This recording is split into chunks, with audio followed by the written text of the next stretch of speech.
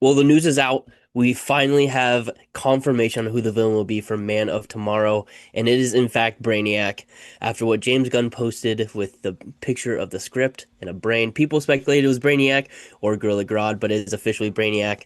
And there has been three names that have tested for this role. These names being David Hyde Pierce, Wallace Shawn, and Claes Bang.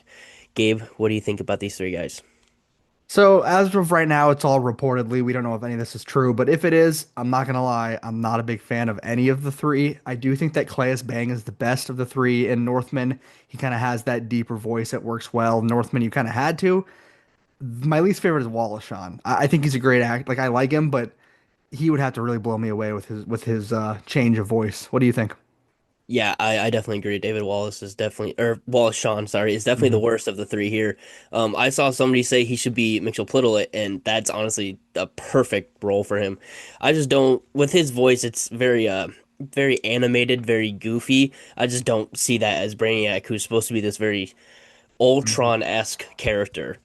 So Hmm. yeah, I definitely For agree that sure.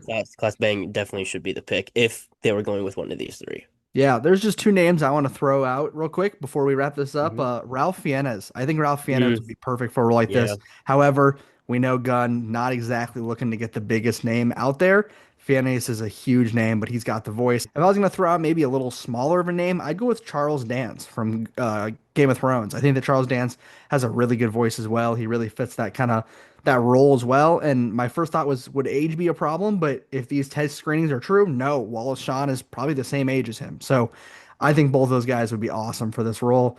But I don't exactly hate Clayus Bang either. So, I really like the Charles Dance pick.